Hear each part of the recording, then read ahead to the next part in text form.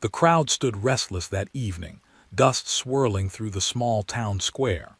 It wasn't the kind of place where anything new happened. Just an old wooden stage, men in worn boots, and a strange silence hanging in the air. But today there was something different. A woman stood on the platform, her head covered by a rough brown sack. No one knew her face, her name, or where she had come from. People whispered and laughed, wondering why anyone would bother bidding for her. The auctioneer's voice echoed, calling out numbers that no one answered. $1, he shouted, but the crowd stayed quiet. No one moved. The air felt thick with curiosity and unease. Then from the back of the crowd, a voice spoke up, calm, deep, almost hesitant. $2. The sound made heads turn. It came from a man who rarely spoke to anyone, a lumberjack. He stood tall, covered in the dust of work, his clothes rough from the forest. People knew him, the man who lived alone in a cabin beyond the river, who spent his days cutting wood and his nights by the fire with no one to talk to. They called him quiet, maybe even strange, but not cruel. So when he raised his hand with 2 crumpled dollars, no one laughed at first. Then the murmurs began. $2 for her, someone whispered. Another chuckled. He must be out of his mind. The auctioneer looked surprised but nodded. No one else bid. The hammer came down and the deal was done. Just like that, the woman with the sack over her head belonged to the man who spoke the fewest words in town. He didn't say much as he walked toward the stage. He didn't smile or stare. He simply took her hand and helped her down gently, like she was made of something fragile. The crowd watched in silence, unsure what to make of it. The woman said nothing. Her face stayed hidden, her hands trembling beneath the cloth. Together they walked away, their footsteps fading into the sound of wind and gravel. No one followed them. No one dared to ask why. But everyone who saw it that day would remember the moment the lonely lumberjack paid $2 for the woman no one else wanted, the woman who didn't even show her face. The cabin stood deep in the woods, far from the noise of town. Pines surrounded it on every side, tall and dark, whispering whenever the wind passed through. Smoke rose from the chimney most evenings, thin and gray against the fading sky.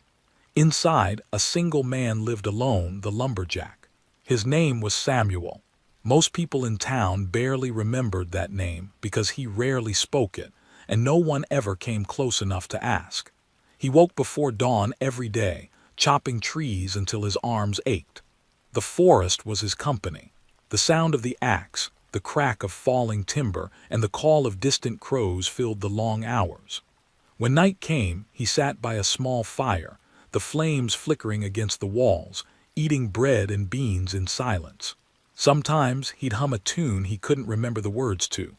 Other times he'd stare at the window, watching the snow fall, wondering how a man could feel so empty in a world so full of sound. People in town said he chose that life, that he liked being alone, but they were wrong. Loneliness wasn't a choice, it was a shadow that followed him everywhere. He had tried once to start a family, years ago before the hard winters took everything he had built. His wife had left after losing their only child. Since then, Samuel stopped looking for joy. He didn't go to church anymore. He didn't visit neighbors. The forest became his only home. When the auction was announced in town, he wasn't planning to go. He heard about it by accident, 2 men at the supply store talking about a group of women being brought in. Workers, or companions, people said. It wasn't right, he thought. People shouldn't be sold. But the thought lingered anyway. Not the auction itself, but the idea of company, a voice in the house, someone to talk to, even a stranger. That evening, he found himself walking down the dirt road toward the square. He told himself he was just curious, just looking. But part of him knew that wasn't true. He wanted to feel something again, even if it was small. When he arrived, the crowd was already there, faces half hidden under hats, eyes fixed on the stage. The air smelled like sweat, dust, and cheap whiskey. Laughter came in bursts, mean and sharp. Then the woman stepped out. She was different from the others. Covered completely, her head wrapped in a rough sack that hung loosely around her neck. No one could see her eyes or her hair. She stood still, silent, almost like she wasn't really there. The auctioneer shouted for bids, but no one raised a hand. A few men laughed. One tossed a coin and missed. Someone said, "Maybe she's cursed." Another shouted, "Maybe she ain't got a face under there." Samuel watched. The woman didn't flinch, didn't move, just stood like a statue. There was something about that stillness, not fear exactly, but something close. The crowd's laughter grew louder, crueler. The auctioneer's voice cracked as he tried again. $1, anyone, 50 cents, still nothing. Samuel didn't think. He just spoke, $2. The words left his mouth before he realized what he'd done. Heads turned, the laughter stopped. The auctioneer blinked.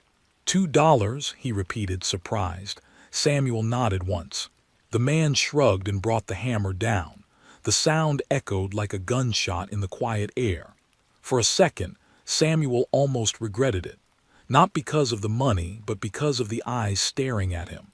But then he looked up at the woman again, at how small her hands looked against the rough rope that tied them, and something inside him steadied. He walked forward, paid the money, and untied the rope himself. The woman didn't look at him, didn't speak, but she followed when he turned toward the road. The walk home was long. The night grew colder with every mile. Neither of them said a word. Samuel could hear her footsteps behind him, light but steady.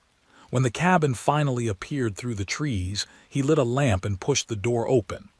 "You can rest," he said softly, motioning toward a chair by the fire. She hesitated, then stepped inside. Her hands shook slightly as she sat. He placed a bowl of stew in front of her. She didn't touch it at first, just kept her head low. He didn't ask her to remove the sack. He didn't ask her name. Something told him not to. He went about his routine like always, chopped wood, fixed tools, cleaned the cabin, but now there was another sound inside those walls. Breathing that wasn't his. It was strange at first, but not unpleasant. When he cooked, he made enough for two. When he went to fetch water, he left a cup ready on the table. She rarely moved or spoke, but she listened. He could feel her eyes through the cloth sometimes, following him quietly. Days passed. The forest grew colder, the nights longer. He wondered who she was, what she hid from, why she stayed silent. But each time the questions came, he pushed them away. Maybe she needed time. Maybe she had suffered more than he could imagine. So he waited. In the evenings, he would sit by the fire, the flames dancing across the floorboards. The woman would sit across from him, hands folded in her lap, the cloth still covering her head. The silence between them wasn't empty anymore. It was heavy, yes, but it was shared. Sometimes Samuel would think back to the moment at the auction, to the laughter of the crowd, to the strange pull that made him raise his hand. He didn't know why he had done it then, but as the days passed and as the quiet in his cabin began to change, he started to feel something he hadn't in years, a flicker of warmth he couldn't explain. It wasn't love. Not yet. It was something simpler, a sense that maybe loneliness didn't have to last forever. Morning came with a slow gray light spilling through the cracks in the window. The fire had burned low during the night, leaving only faint orange embers glowing in the hearth. Samuel stirred awake in his chair, his neck stiff from sleeping upright. Across the room, the woman still sat near the fire, wrapped in a blanket, her head bowed beneath the rough sack. She hadn't moved much since they arrived. For a moment, he wondered if she had slept at all. He stood quietly, trying not to startle her, and set a kettle of water to boil. The sound of crackling wood filled the silence between them. Outside, the forest was waking, crows calling from high branches, the creak of frozen trees, the far-off rush of a stream beneath thin ice. Samuel poured 2 tin cups of coffee and set one near her on the small table. "You can drink," he said softly. "It's not much, but it'll warm you." Her hands trembled slightly as she reached for the cup. The sack moved as she tilted her head, but she didn't speak. He noticed how careful she was, every motion small, deliberate, almost frightened. When she finished, she placed the cup down gently and folded her hands again.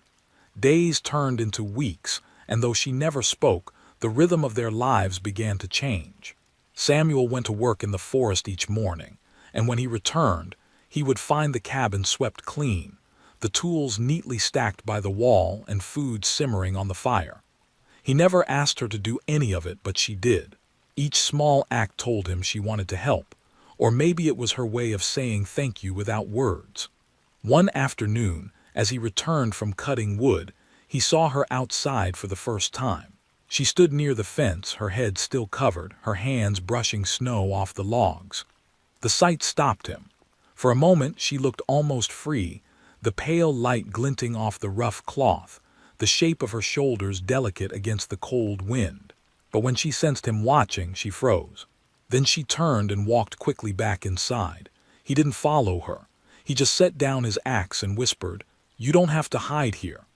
That night, when the fire burned low again, he spoke while sharpening his blade, not looking directly at her. "You can stay as long as you want," he said. "You're safe here." She didn't answer, but her breathing changed, quicker, uneven, and for the first time he thought he heard her make a faint sound, like a sigh caught between relief and fear. Samuel wasn't a man of many words, but he found himself talking more than usual. He spoke about the forest, how it sounded different when snow fell heavy, how trees groaned before they split. He told stories about the storms that used to scare him as a boy, about his mother's bread that always smelled like smoke. He wasn't sure if she listened, but sometimes, when he stopped talking, she would shift slightly, like she wanted him to keep going. One night, as the wind howled outside and snow pressed hard against the windows, he noticed something small. She had begun humming. It was faint, almost hidden under the sound of the storm. A soft tune, slow, trembling like a memory trying to return. Samuel froze, the knife still in his hand, listening. The melody was unfamiliar, yet it felt like it belonged there in that quiet cabin in the woods. He didn't say a word. He just let her hum. Over the following days, she began leaving tiny signs of herself around the house. A flower made of twine on the table, a piece of folded paper near the window. She still didn't talk, but her silence had changed. It wasn't the silence of fear anymore. It was the silence of waiting for trust, maybe, or courage. One morning, Samuel returned from town with a new blanket and some flour. The shopkeeper had asked if he was still living alone. He'd lied and said yes. He wasn't sure why. Maybe because he couldn't explain what was happening, because he didn't understand it himself. When he entered the cabin, the fire was out, but the room smelled like bread. Fresh, warm bread. He blinked, surprised. The woman stood near the table, her hands dusted with flour. She didn't turn toward him, but her movements were calm, almost confident now. He wanted to say something, thank you maybe, but the words caught in his throat. Later, while they ate in silence, he caught himself wondering about her face. Was she young? Was she old? Was she hurt beneath that sack? The thought made him uneasy, and he forced himself to look away. He had promised himself not to pry. But curiosity, quiet and persistent, began to grow stronger each day. That night, after he'd banked the fire, he noticed she had placed something near his chair, a wooden comb, carved from pine. He lifted it carefully, turning it in his hand. The edges were smooth, sanded with care. A gift, he thought. Simple, but it meant something. He looked toward her. She sat on her cot, still covered, hands folded in her lap. For the first time he smiled, a small, tired smile that reached his eyes. "I don't know your name," he said quietly. "But thank you." Her head turned slightly in his direction. She didn't move otherwise, didn't speak. But the air between them shifted. Something invisible, something gentle, filled the space. Outside, the snow kept falling, wrapping the world in silence. Inside, two people sat across from each other, strangers, yet no longer alone. Samuel stayed awake long after she had gone still, listening to the crackle of the fire. He thought of how she had stood on that stage weeks ago, faceless and voiceless, mocked by men who never saw her as human. He thought of how easily he could have walked away, how simple it would have been to stay alone. But he hadn't.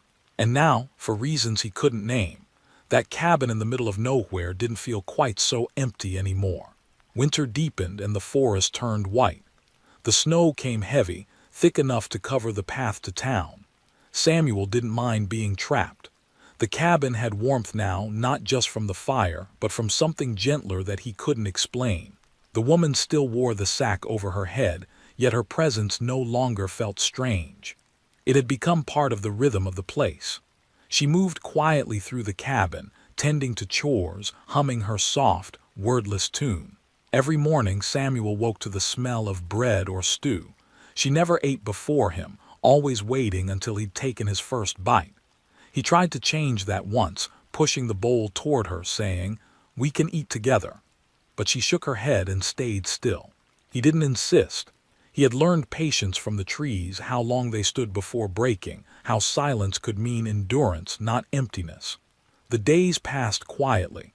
The snow piled higher outside, covering the woodpile, the fence, even the path to the creek. The cabin grew dimmer as frost crept across the window panes.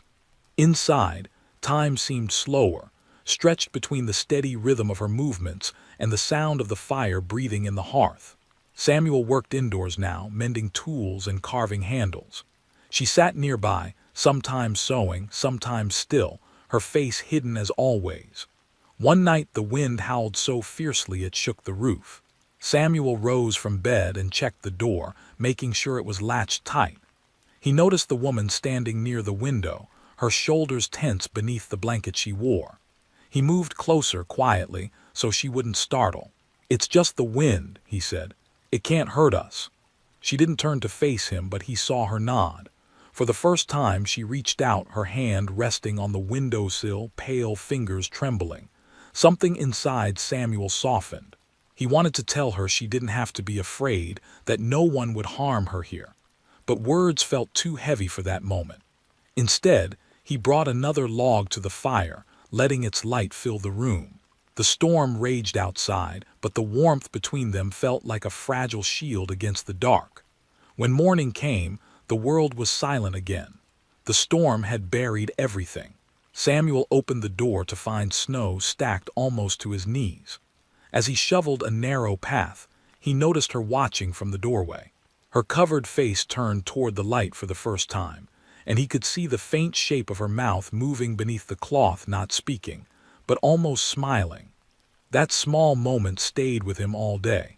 Later, when he returned from the woodshed with fresh logs, he found her sitting by the fire with something in her lap, a small piece of cloth, folded and stitched with delicate care. It looked like a pouch, simple but finely made. She turned it over in her hands and held it out to him. He hesitated, then took it gently. "Did you make this?" he asked. She nodded. He opened it and found a tiny wooden carving inside, a bird, wings spread wide. He felt a lump in his throat. "It's beautiful," he said. "Thank you."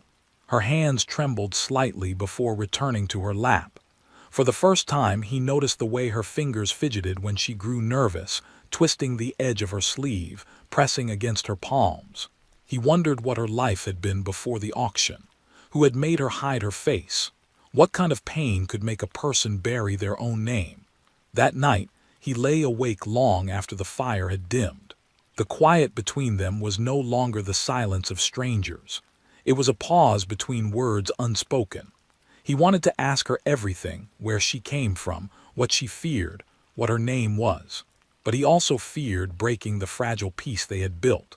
So he waited, the way one waits for spring, not certain when it will come, but believing it will. Days melted into one another. The snow outside turned crusted and hard. The woman began stepping out again, gathering wood, sweeping the porch, feeding the birds that perched nearby. Samuel would watch her through the window, careful not to disturb her. She moved slower now, less afraid of being seen. Still, she kept the sack on. It wasn't shame, he realized. It was protection. One afternoon, he heard her humming that same soft tune again. This time, he recognized the pattern, an old lullaby his mother used to sing. He froze in the doorway, listening. The melody carried through the room, light and trembling like something fragile being reborn. When she noticed him standing there, she stopped instantly, pulling the cloth tighter around her head. "It's all right," he said gently. "It's a good song." For the first time, she made a sound in reply. Not words, just a faint a tone shaped like a response. He smiled, not pressing further. That tiny sound felt like the first crack of sunlight after a long storm. In the evenings, Samuel sometimes caught her staring at the fire. Once, he thought he heard her whisper something, but the words were too soft to catch. It didn't matter. He didn't need to understand yet. One night, as they sat in the quiet glow of the flames, she reached for a log and dropped it by accident. The noise startled her, and she stepped back quickly, her hand brushing the edge of the table. Samuel stood and caught it before it fell. Their hands met for a second, warm, rough, alive. She froze. He didn't move either. That moment stretched long, as if the world had paused around them. Then she pulled her hand away and turned toward the fire, her shoulders shaking slightly. Samuel said nothing. He just sat down again, his chest heavy but calm. He understood now, fear doesn't vanish when kindness arrives. It learns how to breathe again. That night before the fire went out, he placed the small carved bird she had given him on the mantel. He didn't know if she saw it. But the next morning when he woke, he found another carving beside it, a tiny heart, smooth and unfinished, placed gently next to the bird. For a long time he stared at it, unsure what to feel. There were no words written, no message left behind. But something inside him stirred, a quiet knowing that trust was growing, even if love was still too shy to speak. Outside, the snow began to melt. Small patches of earth appeared beneath the trees. The sound of dripping water echoed through the forest. The world was changing, slowly, silently, just like the two souls in that lonely cabin. The first hints of spring came softly, almost without notice. The air no longer bit at Samuel's lungs when he stepped outside. The snow, once high enough to trap him in, had begun to melt into gray slush that soaked the earth beneath his boots. Birds returned, cautious at first, then louder, filling the mornings with sound. For months, the forest had been silent except for the swing of his axe and the whisper of fire. Now, life had come back, and with it came a restlessness he didn't understand. The woman still wore the sack, though the heaviness around her had changed. She moved with more certainty now, her hands surer, her steps steady. When Samuel came home from the woods, she sometimes stood outside waiting, pretending to sweep the porch even when there was nothing left to sweep. Once he caught her looking at the sunset, the light catching the edges of the rough fabric that covered her head. He didn't speak. He didn't want to break whatever small piece of peace she had found in that quiet moment. Inside, their days carried a rhythm that felt almost like a life shared. He chopped wood. She cooked and mended. They sat across from each other at night, the silence between them no longer sharp but soft, like a blanket that kept the cold out. And sometimes she would hum, not always the same tune, but always low and tender, as if the songs were meant for no one to hear but the walls. Samuel had stopped counting the days since the auction. It didn't matter anymore. She wasn't just a stranger he'd brought home. She was part of the place now, part of the stillness, the warmth, the small routines that made each day feel like something worth keeping. But the questions that once lingered quietly in the back of his mind began to press forward. Who was she? What had happened to her? What did she hide behind that sack? He told himself it didn't matter. That kindness didn't need answers. But he couldn't stop wondering. One evening, after working late in the forest, he came home to find her sitting by the fire, the room lit only by its faint orange glow. The smell of stew filled the air. She didn't move when he entered, only lifted her head slightly as he set down his tools. There was something different in the way she sat, still, but not tense. Her hands rested in her lap, and when he looked closer, he saw that she was holding something. The small wooden bird he had placed on the mantel weeks ago. "You like that one?" he asked softly. She didn't nod or shake her head. Instead, she placed it gently on the table beside her. Then, to his surprise, she spoke. Her voice came out hoarse, cracked from months, maybe years of silence. "I carved it," she said. The words were barely a whisper, but they hit him like thunder. For a moment, he didn't move. He wasn't even sure he'd heard right. The sound of her voice felt fragile, like if he reacted too quickly, it might break apart. He swallowed hard, afraid to frighten her back into silence. "You carved it?" he asked quietly. She nodded once. Her voice trembled again when she spoke next. "My father taught me before everything." He didn't ask what everything meant. He just nodded, his chest tight. The way she said the word told him enough. There was pain in it, old and heavy. The room stayed still. He wanted to ask her name but didn't. He waited. She looked toward the fire, the flames dancing over the rough fabric that still covered her head. Then slowly, with shaking hands, she reached up. Samuel didn't breathe. He didn't dare. Her fingers found the edge of the sack. For a long time she didn't move further, just held it there. Then she pulled it off. The cloth fell into her lap, soft and silent. Samuel's throat tightened. Her face was pale and thin, framed by tangled hair that caught the light like copper. A long scar curved from her jaw to her neck, old, faded, but deep. Her eyes were green, wide and cautious, but alive. She looked at him for the first time, truly looked, and he felt his heart stutter. Not because of her beauty, but because of what he saw in her gaze. Exhaustion, fear, and something else he couldn't name. "My name," she started, her voice trembling. "My name is Anna." Samuel blinked slowly, trying to take in the sound of it. "Anna," he repeated, as if tasting the word for the first time. She nodded again, tears gathering in her eyes but not falling. They made me wear it. Said no one wanted to see what they'd ruined." Her voice cracked, the words spilling like something long locked away. "I was taken from my home, sold, moved from one place to another. The sack kept people from looking, but it also kept me from being seen." Samuel's hands clenched at his sides, not in anger at her, but at the world that had done this to her. He wanted to say something, but no words seemed right. Anna looked back at the fire. "You didn't ask me to take it off," she said quietly. "You didn't try to make me talk." "I figured you'd tell me when you were ready," he said. His voice was rough but steady. She looked at him again, her lips trembling. No one's ever waited before. He didn't answer. He simply nodded, and for a long time they sat in silence, the firelight flickering between them. The air in the cabin felt different now, lighter, though the truth she'd spoken hung heavy between them. When she finally looked up again, her eyes met his, and he saw something there that hadn't been there before: trust. Not complete, not unbroken, but real. Outside, the wind began to rise, brushing against the cabin walls like a whisper. Samuel watched her reach for the small carving once more, holding it close. She didn't cover her face again. She didn't need to. For the first time since she'd arrived, he saw her smile, small, hesitant, but true. It flickered in the firelight, fragile yet brighter than anything he'd seen all winter. Samuel didn't speak. He just watched as she sat there, free from the cloth, her name echoing softly in his mind.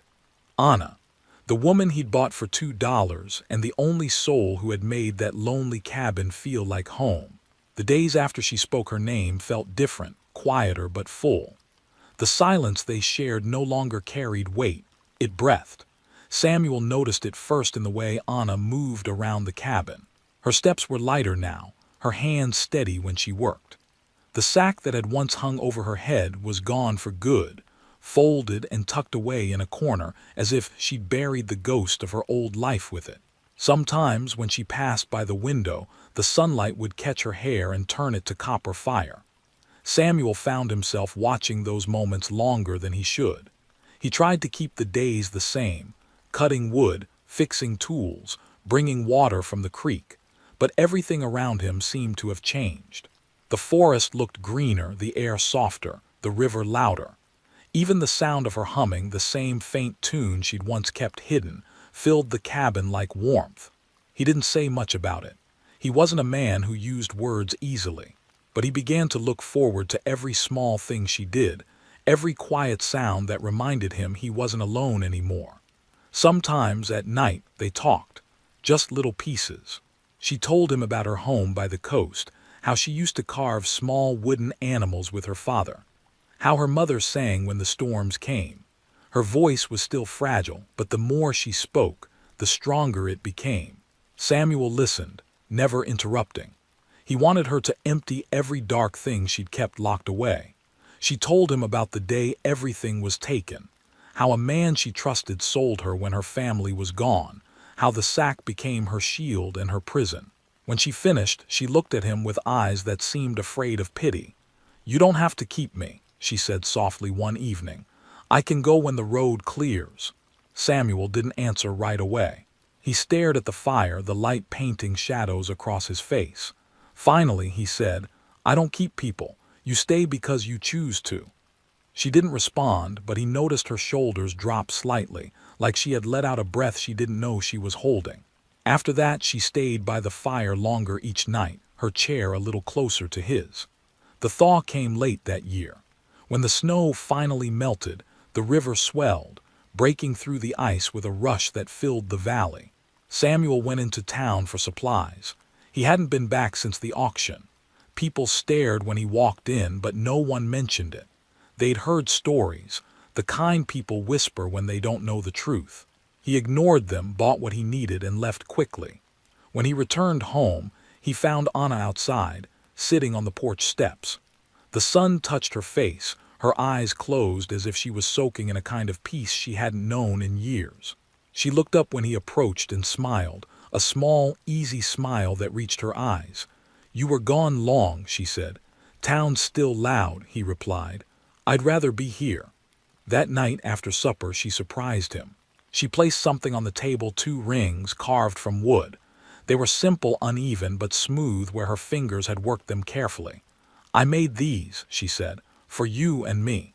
He looked at them, unsure what to say. "I know you didn't buy me to marry me," she continued, her voice trembling.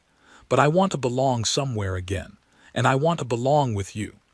Samuel reached across the table and took her hand, rough and warm against his. "You already do," he said quietly. The fire crackled. Neither of them spoke for a while. Then, with a small nod, she slid one of the rings onto his finger. He did the same, his big hand shaking slightly as he placed the other on hers. There were no witnesses, no priest, no grand words. Just the sound of wind outside and the quiet heartbeat of 2 people who had found each other in the unlikeliest way. From that day forward, Anna moved through the cabin as if it had always been her home. She filled it with small touches, flowers in jars, curtains made from scraps, carved birds along the window ledge. Samuel built her a garden near the edge of the woods. When the first shoots of green pushed through the soil, she laughed out loud, and he realized it was the first time he'd heard her laugh. It was soft and bright, like a bell carried by wind. They worked side by side through the spring, their lives no longer bound by silence. At night, when the fire burned low, she sometimes rested her head on his shoulder while they watched the flames fade. He'd never imagined a life like this, quiet but full, built not on words or promises but on something stronger, gentleness. One evening, as dusk turned the forest gold, she told him she had something else to show. She took him to the back of the cabin where the trees opened slightly, revealing a small clearing. There, resting on a stump, was a carving, a woman with a bird perched on her shoulder. The detail was delicate, her hands outstretched, her head lifted toward the sky. "She's not hiding anymore," Anna said softly. Samuel looked at the carving, then at her.